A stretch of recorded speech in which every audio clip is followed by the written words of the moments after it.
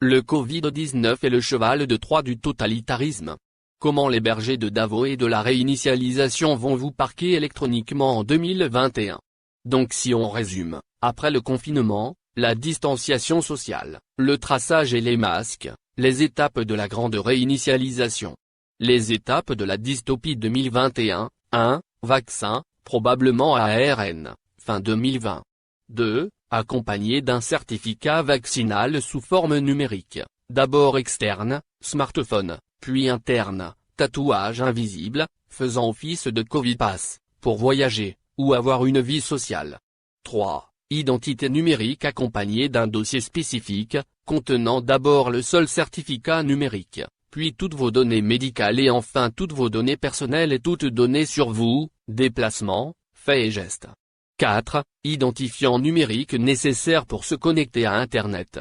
Fin de l'anonymat mais aussi d'une alternative d'information.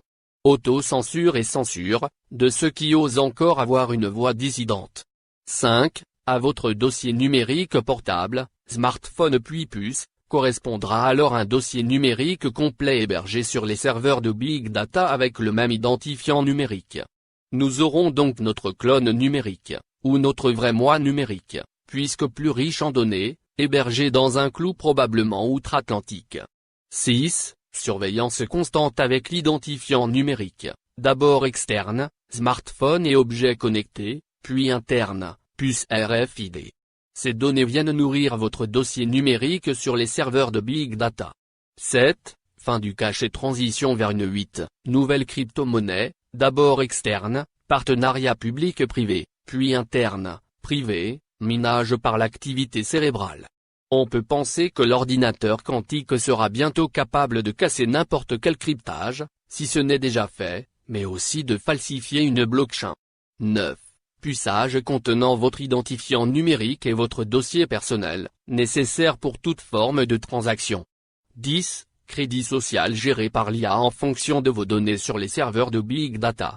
Crédit financier, revenu universel en fonction de votre dossier numérique et de votre crédit social. 11. Votation électronique par Internet puis directement via votre puce, pour un vernis démocratique puisque in fine le vote est surveillé et les résultats falsifiables, tout comme les données dans votre dossier numérique y compris votre identité. 12. Début de l'ère transhumaniste. Fin de l'humanité telle que nous la connaissons, expérience en tout genre, fin de la reproduction humaine, fin des tabous sexuels, utérus artificiel, clonage, chimère, hybride homme-robot. Puce interactive influençant pensée et émotion en stimulant certaines régions du cerveau ou en relâchant telle drogue dans le sang, etc., la boîte de Pandore et l'identité numérique. En acceptant une identité numérique au prétexte d'une vaccination ouvre la boîte de Pandore, du carnet de vaccination à l'ensemble de nos données personnelles, via le dossier médical, il n'y a qu'un pas. Un autre pas, on perd tout anonymat sur Internet, ainsi que la pluralité de l'information et toute forme d'intimité, surveillance 24 heures sur 24, 7 jours sur 7. Un troisième pas, nous voici avec une puce sous-cutanée, nécessaire pour toute forme de transaction, attachée à l'os de la main, pour la partie 5G, et greffée au cerveau, minant la crypto-monnaie et gérant notre crédit social via les serveurs de Big Data. Dans l'immédiat le carnet de vaccination numérique préfigure un dossier numérique contenant toutes vos données et le Covid Pass préfigure le crédit social. Les deux ne sont possibles que par un identifiant numérique, une sorte de code barré ou une chaîne alphanumérique pour chaque habitant de la planète. C'est à cela qu'il faut dire non. Manifestation à Genève le 29 août. Sans identité numérique, la révolution industrielle, ou le projet transhumaniste, qui doit être mis en place par degré à recette n'est pas jouable.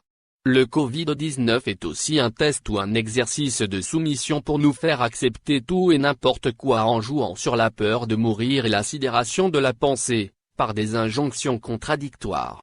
Pour nous faire accepter et faire accepter à nos représentants d'abord l'inacceptable, l'identifiant numérique. Réduction de l'identité de chaque personne humaine à une suite de bits 0 et 1 permettant toutes les manipulations avec une dangereuse facilité.